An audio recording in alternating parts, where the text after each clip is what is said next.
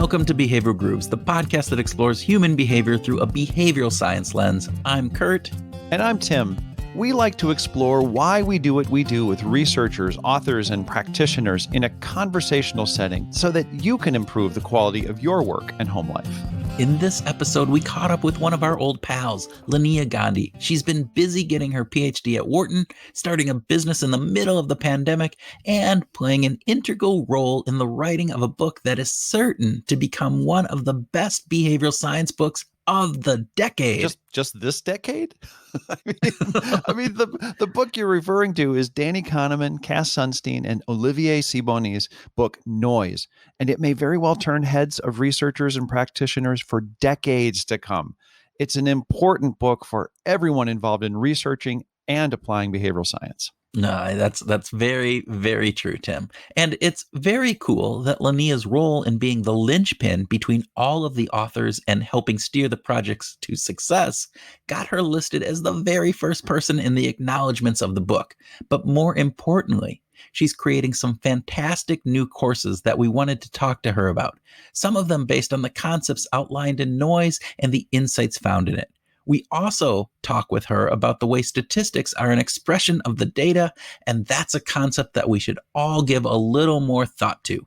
We need the math in order to do statistics, but the real value is in the communication of what the numbers mean, and that, my friend, is statistics. Amen to that. Now, the conversation also found its way into a discussion about how patterns are easy to spot, but randomness is not something that we humans are very good at noticing. She cited the fact that many academic papers point to findings with very small effects, and that means there's a lot of randomness, not a lot of patterns in behavioral science research, apparently. Our conversation was filled with cool ideas that will hopefully get you thinking differently about looking at the report that says the average employee engagement score is 3.9, and maybe cause you to ask about the distribution and the width of the standard deviation on that score. Again, Linnea has told us about her crush on statistics, and I have to say, I'm starting to see the reason that crush exists. Well, I can't wait to hear stories from marketing managers about how surprised their analytics teams are when they pose these crazy questions that we've got for them. But in the meantime, we encourage you to sit back with a statistically meaningful draft of your favorite malted beverage and enjoy our conversation with Linnea Gandhi.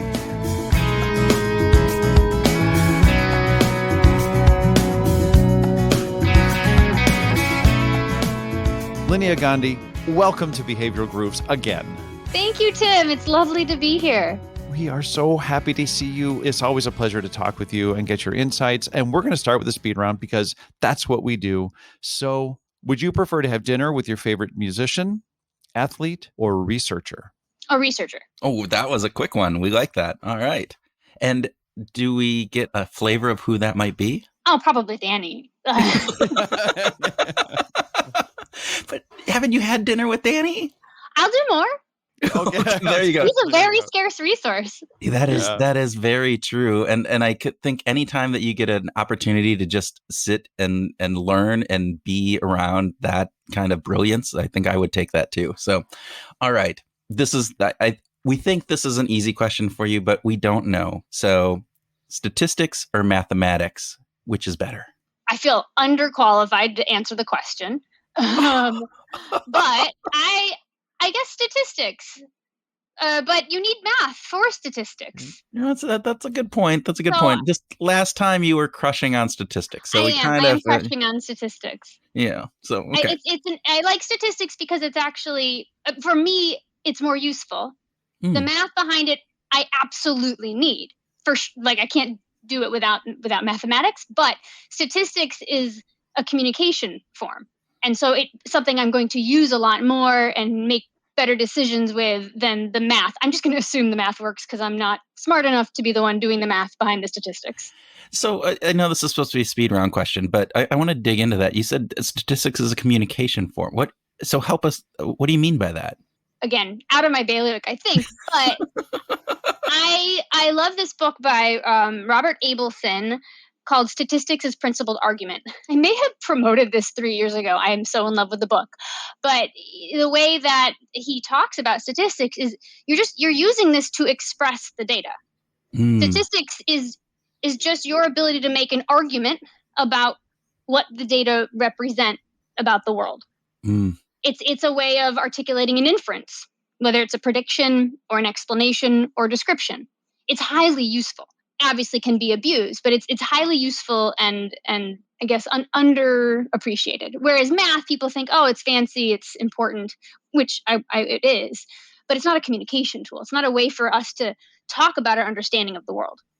All right. No, thank you for that. And Tim, I think we're going to have to rename our speed round because it never seems to be a speed round anymore. Yeah, exactly. But now I going into the next speed round question, all right. Should dogs wear sunglasses and leather jackets or just be naked in their videos? Oh, I mean, you already know the answer to that.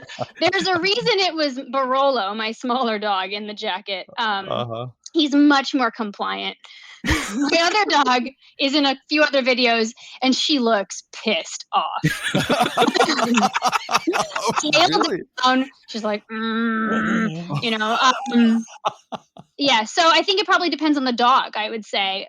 Okay. My smaller dog is dumber and cuter and just happy to be here. So he can be dressed up. Not the smarter dog.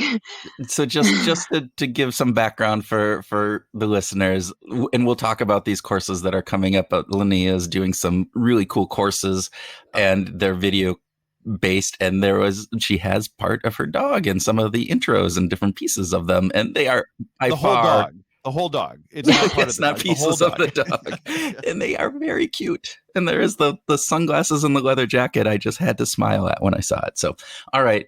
Last speed round question. We're getting through this in record time. Is life lived by averages or by individuals? Also a cheat question. Life is lived by individuals, not averages. And yet in research, too often we study averages, not individuals.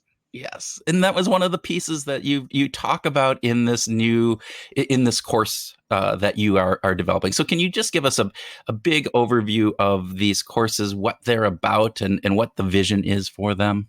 I would love to, Kurt. Thanks for that. Thanks for that very nice setup. The course that we are just wrapping up right now, it's our first course, is on noise, which is a statistical concept in contrast to bias. We talk about bias all the time. Bias is just a statistical shift or systematic shift, from the mean. So if you're shooting at a target, all your errors are going to the left or they're all going down. It's a systematic error that's consistent, so to speak. Noise is the scatter. Noise is the heterogeneity. Noise is the variability in the world. And it's far understudied. And it's far under noticed because it doesn't come naturally for us to notice it in the world. And so it's a really important topic. There is, as your listeners might know, a book coming out on it right now by Daniel Kahneman, Cass Sunstein, and Olivier Sibony. It's a fantastic book, and I had the pleasure and honor of apprenticing and working on it for the last 3 years. So we thought, this is a really long book. It's got a lot of great content, and how can we teach it to people in complement to the book? Because for the last few years, I've been teaching it in my class as well, my MBA students, executives, professionals, and it's not an easy topic to get on board with. And so we thought, hey, if we're figuring out ways in the classroom to boil this down, to supplement the book material, we should try to put this online to democratize that knowledge for everybody. Yeah. The concept is, the book is wonderful, but it's a big book filled with lots and lots of really detailed information. And so really think that obviously the course is probably going to be very valuable for many, many people. So with that, can you tell us how is the course structured? Is it a masterclass style? How are people, if they were going to come in and say, yes, I want to take this course, what should they expect? This course is designed for busy professionals, people who don't have a lot of time in their day. It was really important for me to design it such that every video within the course was less than 10 minutes. And for even the first half of it, I got them closer to 5 minutes. People don't have much time. So I want to get one idea as quickly as possible in a salient, vivid, fun way. And so you can think of this kind of like edutainment. my producer, my head of products, the woman really behind the scenes making this course, Yumi Perkins, she likes to call it, we're trying to compete against Netflix. So Wow.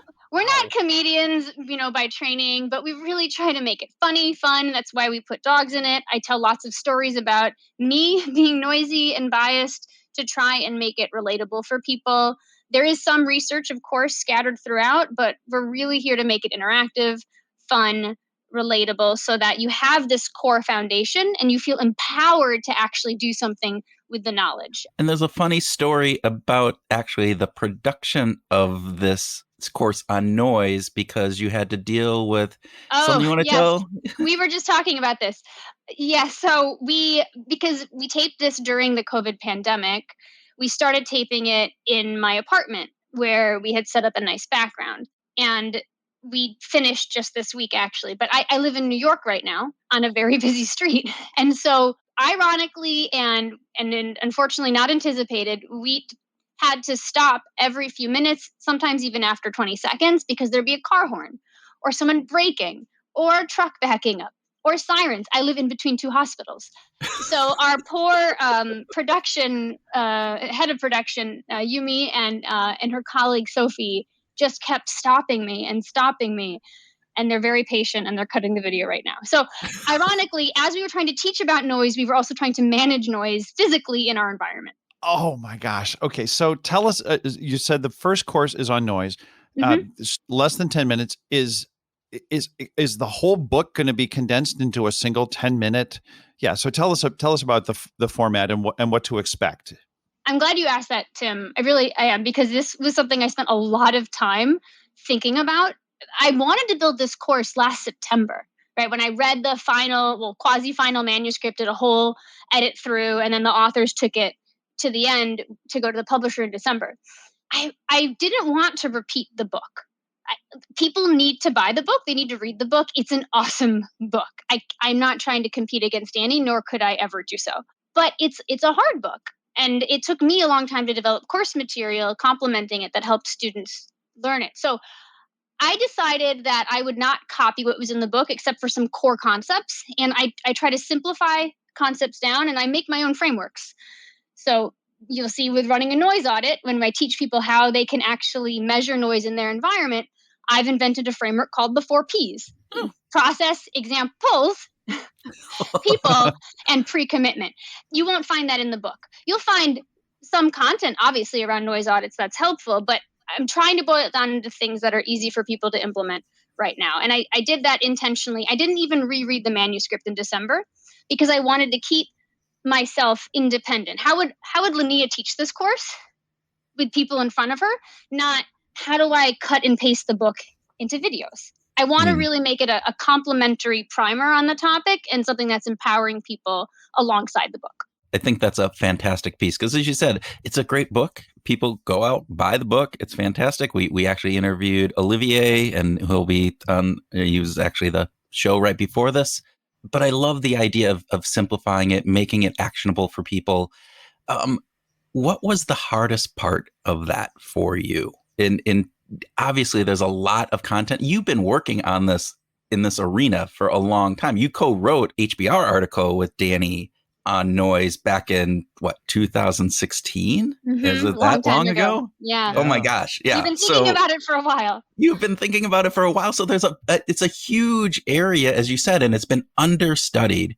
So how do you take the key concepts of that and boil it down into 20 videos that you're doing on this?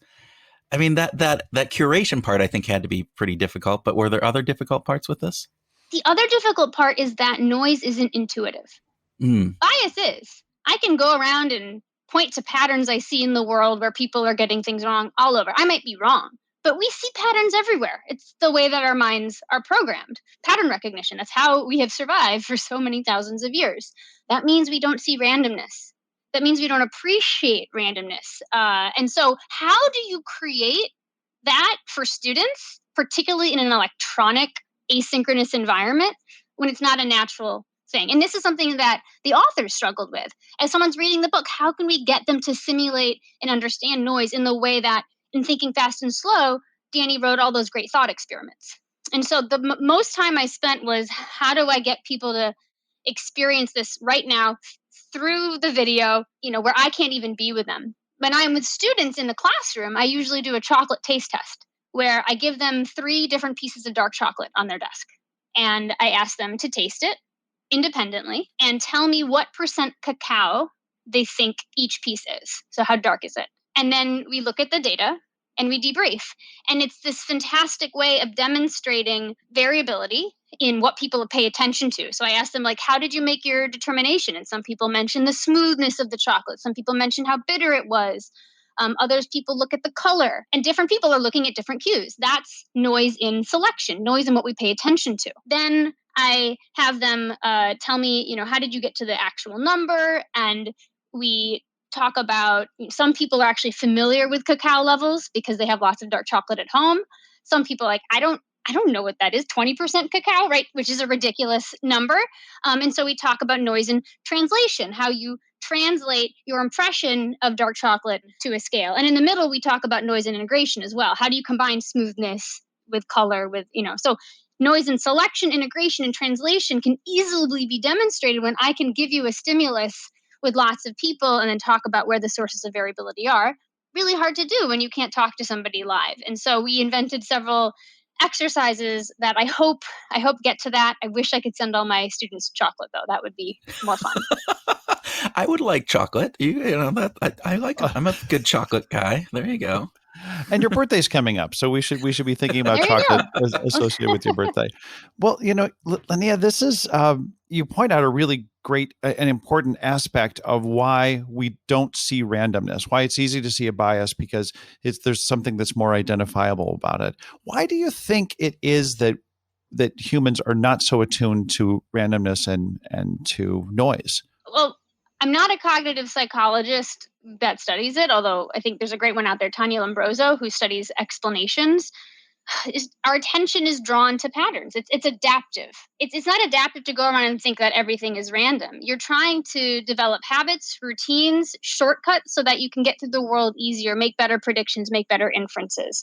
And so we over-index on finding patterns where they don't exist. My favorite example of this is the Mona Lisa, which I think is an example that has been used by Annie Duke and Duncan Watts and others to talk about how randomness can play a role even in history. So if you ask someone why the Mona Lisa is famous, they will immediately pick on patterns. It's her eyes, it's her smile, it's because it was a Da Vinci painting. They have these explanations, which is basically what a pattern is. But if you go back in time and you look at the history of the Mona Lisa, it was not actually much more famous than any other painting, in the early 20th century. It was only after it was stolen in 1911 that it became famous. And you're nodding. I'm sure you've heard the story. It's certainly not original. And when you tell people that, of course, that makes sense in hindsight. But how easy was it for our mind to jump to patterns? It's incredibly easy. Or a more, regular example, like a car crashes in the street. Why did that happen? And you try to point to these systematic reasons of, the car driver is just a bad driver. They're worse. What if it's this random thing that was in the road? Or a confluence of factors. It's probably a confluence of factors that we can't see that have some random variability in it. Impossible to appreciate. It's invisible. It's the background where bias is the foreground. Yeah. Well, it's the idea of seeing shapes and images in clouds or in your toast and various different things. We look for those and our brain just automatically recognizes that. And again, it's an evolutionary process as you talked about. So I think we should not get rid of it. It gives us a sense of control and confidence and meaning in the world. By no means am I saying, stop being pattern recognizers. Just appreciate that the pattern may not explain as much as you think. There's quite a bit more variability in the world. And this is true for academic research. If you actually look at the effect sizes in much of the behavioral science research, they're small, which means there's a lot of variability. That's often the case. It's because the standard deviation is wide. But we don't appreciate that. We just hook on to that. There's a bias. There's a statistically significant effect, right? If we're a frequentist. But we so underappreciate the amount of heterogeneity in that data. We just move on. We say, okay, this is a bias. It's everywhere then. Well, no, not really. And not for everyone and to different amounts. But that's not satisfying. That makes us feel like, gosh, I can't explain the world as much as I thought I could, which means I can't predict as much as what I thought I could, which means I can't control as much as I thought I could, which makes me depressed. And then, we devolve and don't do anything. So it's adaptive, but it can backfire. All right. So, Linnea, you mentioned that you've been working with Danny and Cass and Olivier. Olivier. My gosh, we just interviewed Olivier. And so tell us, what was it like working with those guys? Because you worked pretty closely with them, from what we understand, on doing this book. What are some of the the behind the scenes things that we might want to be give us a behind the scenes. Some of the juicy details. Far less drama than you'd hope, I'm sure. Of course. Oh, wow. What's cool is they're all very different. They're very different people. And I didn't even think about how beneficial that would be. To be honest, I was closest with Danny, and I just wanted to keep working with Danny and was excited about that on Noise. But they're each very different, and so they write differently. They think differently. They taught me different things in working with them. So as you all probably know, Danny is a very deep thinker. Yeah. He thinks very hard. It will take him forever to write a half page of text. And then he'll wake up at 2 a.m. and delete the whole thing. So he really wants the idea to be right and its expression to be right and relatable. And so he's very willing to take a very long time to get one idea out there and to kill his darlings in the process. So he's very slow. He's deep and he's slow and he has very, very little ego about his ideas. And then you have someone on the other end of the spectrum with speed, which is Cass, who writes 10 books a year, which is insane. Right. Right. And so what's awesome about Cass is he's like, I have an idea. Let's put it out in the world. People should know this. Let's talk about this. We research some of the data on noise. We see some crazy finding. It ought to go out there. He has such boldness and prolificness, in expressing his ideas fast and in a compelling way so that they go and change the world. And that is something that was great for me because I get very nervous about putting ideas in the world, including this course. And then Olivier is such a cogent thinker. He kind of bridges the two of them. I would say he's in the middle in terms of speed. And he's always thinking about how do we apply this? How is this relatable to the professional world? Which, in hindsight makes a ton of sense because he's been in business. So you put those three people together in a room or on a Zoom, as a lot of our meetings were. And, the meetings are not efficient, that's for sure. But, as long as you have time on your side, what you're going to get out of it is amazing because you really have true diversity of thought, true diversity of style. So if you can pull together and not quit the book, as we almost did 5 times, you're going to get really great work product. And I really appreciate all three of them. It's just been so cool to learn. How did Cass and Olivier get brought into the project? Because when you wrote the initial article, it was with Andrew Rosenfeld and Tom Blazer and Danny and you, right? So how did those two get brought in? Was Danny going out and getting them? Were they all just kind of talking about this at different pieces and they said, hey, let's work together on this? What was the impetus? My understanding is that Danny and Olivier have been writing for quite a bit. They've been thought partners for many years now. I think they have another HBR article together with Dan Lavallo. So they already were in contact. And, when we finished that article and it went out in HBR in 2016, we were all convinced people would be obsessed with noise. It was just the tip of the iceberg. Yeah. Cue the crickets. It was nothing, right? I will say, some academics have certainly picked it up. Bo Cowgill, I know, has been doing research on it, and others, but it really didn't pick up a ton. So that was underwhelming. But Danny just stayed really fascinated by the topic, talked with Olivier a lot about it, and it turned into them trying to write not quite a book, but more about it, do more research on it. And then I think at some point they just decided they would write a book. And that's when I got more formally involved because Danny said, we need a clone of you to work on this with us full time. And I was like, oh, but can I raise my hand? Wait, does it have to be a clone of me? I would love to do it. Just be me. And so that was awesome. And so I remember meeting with him and Olivier in New York, 2018, January, February, to start seeing what they've already been writing, start getting organized. Because I was going to manage all the research processes and hire and manage RAs, do all the editing, basically project manage as well as, edit and learn from them. And so I'm there trying to bring it all together, and Cass was in town. And so he stopped by. We were at Brockman's studio, their publisher. He stopped by and talked with Olivier, Danny, and me about the topic. I was taking notes. Cass was getting so excited by it because he hadn't really been thinking about this before. And he's got such rich experience in policy. He's like, I have all these examples from government and from law. This is everywhere. This is, we have to write about this now. This is what you're doing is amazing. And then, he eventually left because he had to make another appointment. And Olivier and Danny were amazed. They said that was so helpful. Cass is full of all these rich examples that we have to use in the book because it will really help this relatively hidden, hard to see concept come to life. And he's so good of a writer and he's so smart and, he's a friend. And so just like an hour or two later, they wrote an email to him asking if he would be a co-author. Wow, and wow. I think Cass just called back right away. I mean, he was so excited and they were excited. I think he put his wife Samantha on the phone. Like everyone was just really happy. And so they didn't intend, to my knowledge, from what I was witnessing, it was never like, oh, this is exactly the three people who should be writing this book together. It happened so organically because of the chemistry that transpired in that meeting. Well, and it sounds like how you described Cass, that would be the perfect way to get him involved anyway. You get him excited and then say, oh, come join us. And then he's like, yes, let's do that. I mean, he wrote like a tome by email with more examples that afternoon. He is, wow. I don't know how he does it. It's really awesome to see. And to juxtapose that with Danny and Olivier's styles, it makes it really hard to pull together a book with a consistent voice, but and to go through the process in a way that's not painful and inefficient, but it results in great work product. Yeah, Cass is absolutely the Stephen King of academic writers. My God, he's just amazing. Imagine with Danny just deleting everything and Cass just making everything, and then Olivier holding the two together like glue. Wow. Pretty fun. That is fun. Well, let's talk a little bit about your PhD. You're in a PhD program at Wharton. Tell us about, first of all, why get your PhD? Because you have been a practitioner in the world of behavioral science for some time. Why get the PhD? And you've been teaching. You've been teaching as well. Why get the PhD?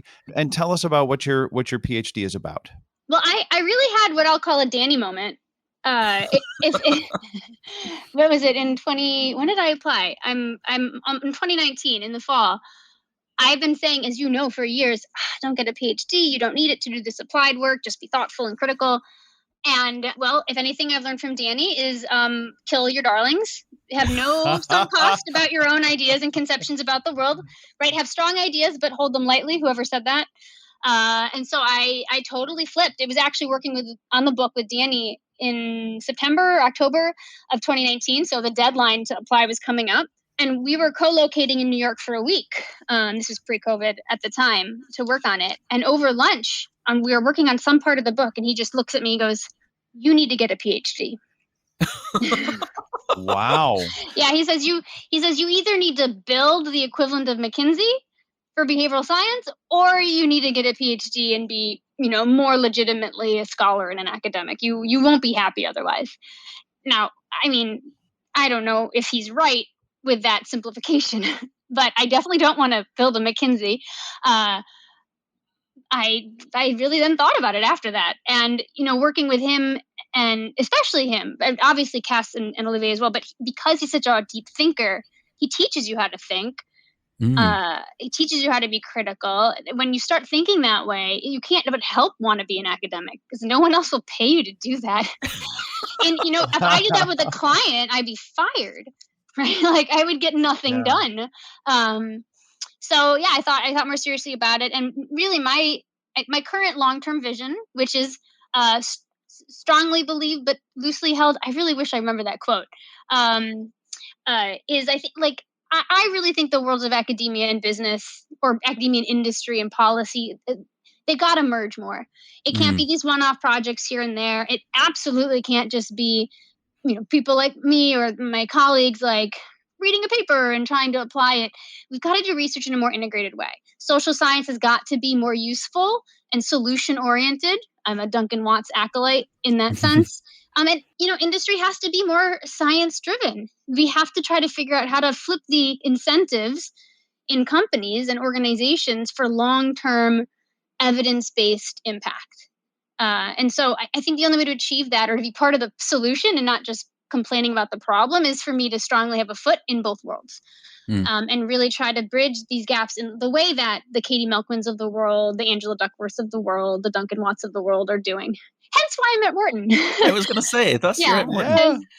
Yeah. And Barb Mellers and Phil Tetlock with super forecasting, right? These are all highly solution-oriented research projects. And, being able to be in both worlds, I think will help me be part of the solution in merging them. Yeah. So what are you studying? What is your dissertation going to be on? Do you have a hypothesis at this point? Before? You have a PhD. I have a PhD. I fully understand how crazy it is. Actually, we're recording a series we call the New Voices series. We've been talking to PhD students from around the world to get a feel for mostly where are they headed? Where's their head at in terms of what they think is important? And of course, most of them come back and say, well, I'm just basically taking up whatever my advisor will let me do.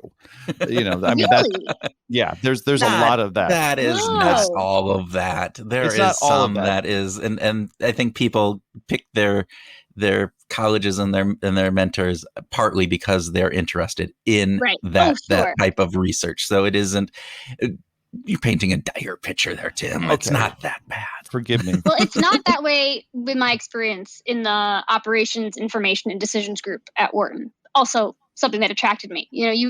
This program is a department-based program, so there's no one saying you have to work just with Angela or just with Joe or Oh, I interesting. bounce around. I have projects spanning across Barb Mellers, who's technically in marketing and psychology. One with Angela Duckworth and Danny, who's not even at Wharton. One with Katie Melkman and Angela, that kind of also is pulling in Duncan when I can, but he's a hot commodity. And then another one that I'm doing with Duncan's lab. And another one, I'm totally forgetting, Marie Schweitzer, who's in management. He's a management scholar in OID. And so I've been able to, in a lovely, lovely way, sample the styles and the interests of all these brilliant minds. And they've been so, I don't say hands off in a way, but I've been able to study what I want. Mostly what I want to study is dumb. I will tell you that. I discover along the way that I picked a bad problem or a bad design because I don't know what I'm doing. But they're, letting me flounder to find my feet, or they're giving me too much rope and I'm going to hang myself soon. But it's awesome. It's the enough autonomy and support and mentorship in that program has been beyond what I expected. So what Fantastic. Is it? But what is there a confluence of all these rivers coming together? Yes, I hope so. I had to write some grant proposals this semester, and that helped me sit down and say, how does this all fit together? So a lot of it is around improving the way that social science is done. It's kind of the judgment and decision making of judgment and decision making. A meta approach. Look at that. Yes, I want to be as navel gazing as possible. Right? It's like navel gazing squared. But because I really, my bet is that in 10 years, we are going to have this integrated world where social science researchers are more embedded inside organizations and vice versa. I actually think this is where, doing this sort of research is going to be helpful. So I'm really interested in the concept of explanation and prediction and how our need to explain undermines our ability to predict. I love that. Which is this kind of like bias and noise. If I'm looking for all these biases, I'm going to build a model with super significant coefficients, but the R squared on that model is like crap. I can't actually predict Kurt's behavior and Tim's behavior. And so the same thing goes when we start looking at the recent research that's been done in the past 5 years by Stefano Della Vigna and Devin Pope. And others on prediction. So can we predict the results of social science research? Can we predict the results of replications in social science? And when you have lay people do it and practitioners do it and researchers do it, sometimes the predictions are okay when you take the average. Often they're not very good. And what we've been trying to do, most studies have been trying to measure that predictive validity and then change the way predictions are elicited to boost it. I'm interested in understanding the mental model people have when making the prediction in the first place. And my hunch, although I'm still figuring out the best ways to study it, is that the coefficients we're waiting on in our mental model of what will work are just absolutely not the coefficients that are in the model of efficacy. Meaning, if I had to look at a set of nudges in the world of behavioral interventions, and I say, which ones do I think I'm going to work? What I'm picking, why I'm picking it, maybe I'm picking something because it's novel and interesting and like the sweet spot of just surprising enough. But actually what works is like the boring stuff. Like defaults, like this really bland reminder. And so if you think of like all of the variables that could featureize these nudges, the length, the wording, the whatever, and is my mind, when I'm trying to predict what works, picking on features that really don't have anything to do with what actually works? And am I doing it in a way that, like, no matter what nudges you give me, I'm picking the stuff that sounds interesting. I'm picking the stuff that develops this beautiful explanation in my mind, but has very low predictive validity. And why I am passionate about this is that all those years I spent consulting, I'm like, half the time people don't run experiments. And so they're basing it on my judgment, my colleague's judgment, another vendor's judgment. And like, if we are systematically off, I want to know. And I want to know what it is so I can avoid those features and say, don't get swayed by the sexiness of the concept. Don't get swayed by the length of the message or whatnot. So this sounds similar to, so one of the things when we interviewed Olivier, that we found fascinating was the whole concept, and actually is part of the book too, was decision hygiene, right?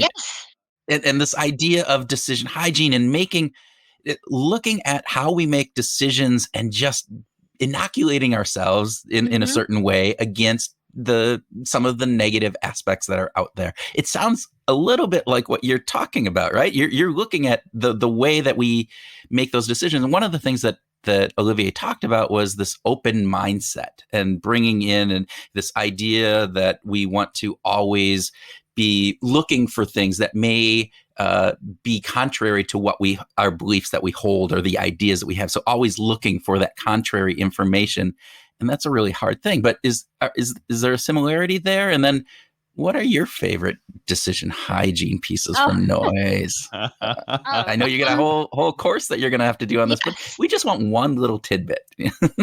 Okay. Well, it is similar to decision hygiene. Like, that's where I'm going. But I first have to understand what's actually going on in our minds and whether, like, I have this beautiful explanation that I think will be predictive. I need to predict first. I need to be able to have my models work out of sample before I can, actually then design a solution to remediate those issues. So it is related. I'm obsessed with decision making. And in fact, I think organizations underinvest in it.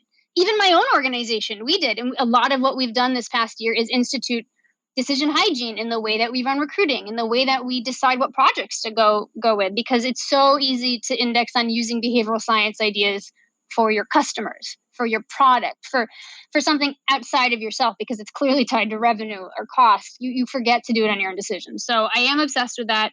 It is something that I'm trying to study for sure in academia, although it's, a little bit more abstracted at times. But yeah, decision hygiene is an awesome concept. And I love how it came up during the book project. I like to contrast it actually with I've been thinking about it as a little bit different from inoculation. Okay. I think debiasing training is like inoculation. I'm going to have you sit down for 2 hours and learn about biases. You are now inoculated for the next 3 months from committing those biased errors. Right? It's a ridiculous idea. You're human. Right? We have to change your environment. We have to change the process you're going through. We have to be there in the moment of action of the decision. That's decision hygiene. It's washing your hands. It's putting hand sanitizer on the door. It's making the mask, available and clear to you. You don't have to know what you're fighting against. You just know you're killing off a lot of germs or error. So I love the concept of decision hygiene, and that you're right. It is the next course that we're building. You asked about the favorite one though. My favorite one is boring. I know it's hard. Right? No. My favorite one is boring. Independence. Independence. It's so easy to do. It's so easy to introduce independence in your decisions as a group or even for yourself. All right. Explain independence for our listeners. So independence is Kurt makes the decision or the judgment, Tim makes the judgment, and I make the judgment without talking to each other.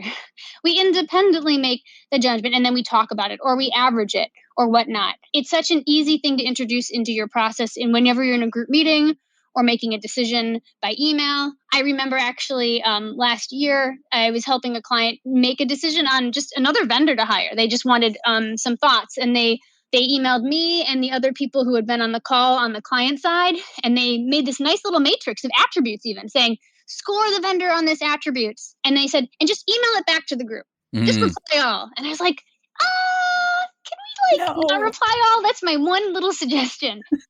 Because as soon as I see what Kurt says, even if I don't want to be influenced by it, I might be, or Tim, or maybe I realize, Kurt's my boss. And so, or Kurt brought up a good point. Maybe I should consider that. Now I'm no longer collecting independent, diverse opinions. I'm contaminating it. And it's just so easy to introduce. That's why I like this one the best. And it can have a huge impact. If you ever want to have a wise crowd, you need independence. Yeah. It's like part of the Condorcet theorem requires independence. And it's shocking to me how little we do it in life. In our last time we talked with you, you talked about grading 180 papers and the ability to do that. Right. And it was, you talked about the independence of the different TAs and actually then looking at trying to look at each scale piece independently. And then also I love the part of like, hey, don't do this sequentially. Try to put some time in between because you're going to have a, that component of, hey, the what I just read before will judge what goes on here, which is similar to what you're saying here. It's like that the opinions of somebody else may impact, they will impact me regardless of how if I like them or don't like them, it will have some impact on me. So very cool. 100%. You've been through a lot, and we've all been through a lot in the last year, right? A pandemic, the effort that you put into the book, getting deep into a PhD program. What's your music listening like these days? I knew you were going to get there eventually. I was waiting for this really in-depth question after That's that. Pretty in-depth. And then I realized, oh no, he's going to music. All right, there you go. I wish I was more savvy with music choices. I'm not. I'm a Macklemore girl. Yeah, great. Which I've been told by my team is not cool. Well, give me some thrift shop. I mean, I love pump up music before a talk. I really like. It's fun. It's whimsical. It embodies the tone that I want to have in life. I'm talking about deep topics that are serious and studying them, but I'm doing it with a wink. I'm making it easy to consume and shed light on it. I think Macklemore has been really good about doing that in his music. I don't know him deeply, of course, but they're like the songs. Yeah, that's fantastic. Have you listened to any music while you've been doing any of this work? Like, do you have music going on all the time, or is it just like, I'm going to wind down, or I'm going to work out, or I'm going to do something, and music's going to be my theme song? Oh, you're going to hate my answer. When I'm working on deep work and creative work, I often listen to white noise. Wow, that's great. I think that's a great answer. It's very boring. Tim can't listen. Yeah. He says, he can't listen to music at all if he's trying to work. This is too distracting. It doesn't matter if it's smooth jazz or classical or things with words. Whereas me, I can listen. I guess I'm not that deep. So, Linnea, Gandhi, it is such a pleasure to talk to you. It's good to see you again, and thank you for being a guest on Behavior Groups again. Thank you both so much. Always a pleasure.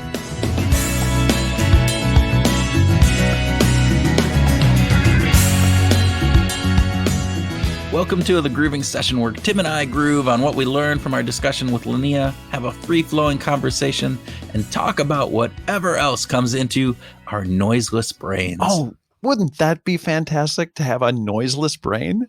Noiseless brain, man. Take all that noise out, get rid of it, and it's just quiet. Can't even in the background right now there's like garbage trucks and there's literally noise outside of my window right now. So, oh man. And I think what is really cool is that the book Noise is a fantastic book, but it is in depth. It's a read that you need to really sit down and think through and underline. I mean, man, the number of underlines that I had and highlights in there are just amazing. And what Linnea is able to do is to take the concepts out of there and apply them and put them in a manner that a busy person can be able to take, learn from, and apply. And we got to see a preview of the courses that she's doing. It is fantastic from what we could see. It's just going to be I'm looking forward to it because, my God, I definitely need a refresher because I read that book and I can't remember Yeah. a Well, tenth of it. dense is the word that comes to my mind. Well, I am dense. I understand No, that. no, I not get that. It describing takes you. me a while. No. Takes me a while to have things sink in, which is why I need Linnea's course, because it's going to help me be less dense. It's going to help me too. No, I'm talking about the book is dense. There's a high level of density. No, the book is smart. The book is really, really smart. I don't. Am I being dense here? Am I not catching something? The I don't idea know. that I think she said that none of the courses are going to be more than 10 minutes long. That's like, man, she's really focused on a busy lifestyle, and I think that's fantastic. So yeah. So Kurt, where did you want to start our grooving session? I just, Linnea has been crushing on statistics for a long time. And I love this comment that she said that basically is saying that, look, statistics is a form of communication. This idea that it's a way of talking about data. And as she said, it's just your ability to make an argument about what the data represents and about the world. Oh, yeah. It's a way of articulating an inference, whether it's a prediction or an explanation or a description. Yeah. Oh man, Yeah. she's she's converting me into this statistics convert. I want to go out and read statistic books now, even though I'm too dense to understand them. So hasn't gotten my interest up quite that much. I'm also concerned that we're going to hear from mathematicians and people like that. They're going to say, no, it's all about the math. I think that Linnea makes a compelling argument that math is not a communication tool, but it helps reveal what the communication tool is, and that is the statistical representations of the data. I think that's just so cool. I also wanted to say about this, because I'm particularly excited about it, that we can use the statistics to help develop a narrative, right? And this is an important thing that we can't just do with math. But when we use statistics, when we talk about averages, or more importantly, we talk about the width of the standard deviation, or we talk about the noise that's in the system, now we can actually have a narrative. Then, because humans are so good at responding to narratives, this is where we can make better decisions. We can actually make better decisions because of the stats. Yeah, and I think that's really important, is this idea of how do you tell the most compelling story, this coherent argument about the world that you have discovered with this data in a way that makes sense for people. And I think, and we've talked about this, I think the role of education has really missed the point of educating people on statistics. And we just had a conversation with Richard Nisbet, who again talked about this in a whole different way. He was talking about this educational component and this idea of saying we've missed the boat because we're not using everyday experiences and things to teach statistics. This idea that he brought up about, wouldn't it be great to think about baseball stats and how easy that is to comprehend? Right. Thinking about, look, if a batter gets up in the very first bat of the season, at the end of that batter is either going to have 0 batting percentage or 1,000 batting percentage. And then you go 5 hits in. This is for the batter's first time at bat, right? First time at bat. Yeah. All right. So if he gets a hit, all right, that's 1,000. If he strikes out or gets out, it's 0. But that's not going to be that batter's batting average over the course of a season. Even you could look, it's not unheard of for a batter to get 3 straight hits or 4 straight hits. All right, still batting 1,000, but is that still going to be there? And then if you take that and you go, all right, 8 hits out and he hits 4 hits and not 4 hits, he's batting 500. So all of this is just a way of saying, look, this is averages, and you can look at averages and what averages, how disparate they are between small sample sizes and large sample sizes. Right. So the law of large numbers, which is a part of statistics, and all this. So anyway, I'm sorry, I went off on one of my diatribes. Well, what's so important is that when we are more familiar with statistics, and someone says, well, this particular baseball player has a 1,000 batting average. He's batting 1,000. Like, well, how many at bats has he had?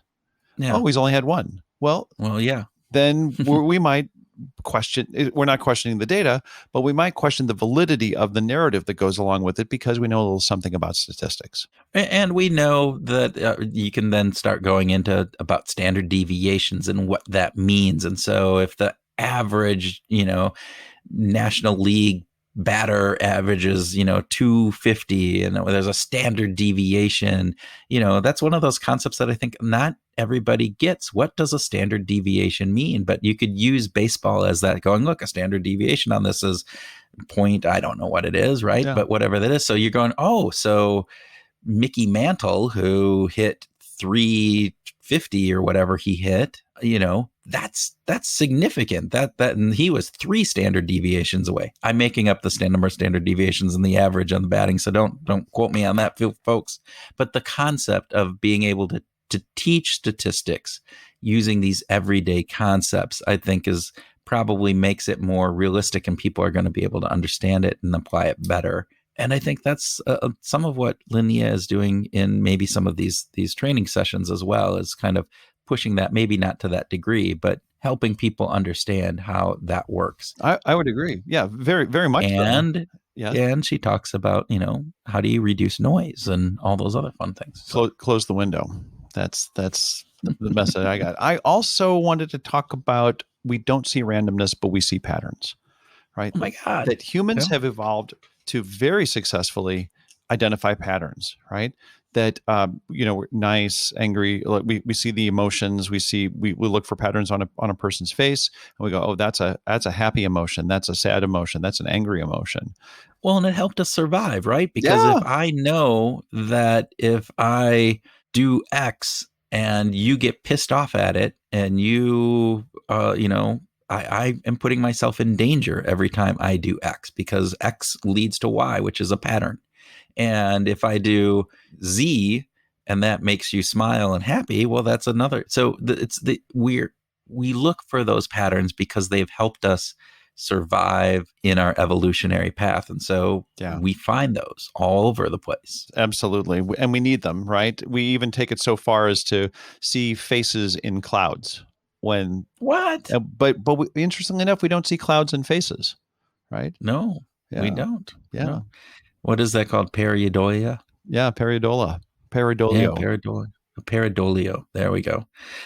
I think it's really key as we think about this as just this overarching concept of noise, and the idea that noise is the variability that happens, and there isn't a nice pattern to it. So it goes unnoticed within most people's lives, right? There's this element that it is the silent, even though it's called noise, right? The silent aspect that is impacting us. And it's just it's an interesting piece that if we were able to see patterns in it, then we would have noticed it much more, which is what happened with heuristics and biases, is there's patterns, right? That gunshot, that target that you're aiming at, that is, hey, look, there's a pattern here. We can see this pattern. But noise, by its very definition, is this randomness. And so it's harder to see. Dan Ariely's first book, Predictably Irrational, is about the predictability of these biases and heuristics. And noise is silent because it doesn't make any sound to us. It's not present to us because it's not so easily seen. Yeah. I was riffing a little bit on the. You were trying to get the musical piece in there. Noise. Okay.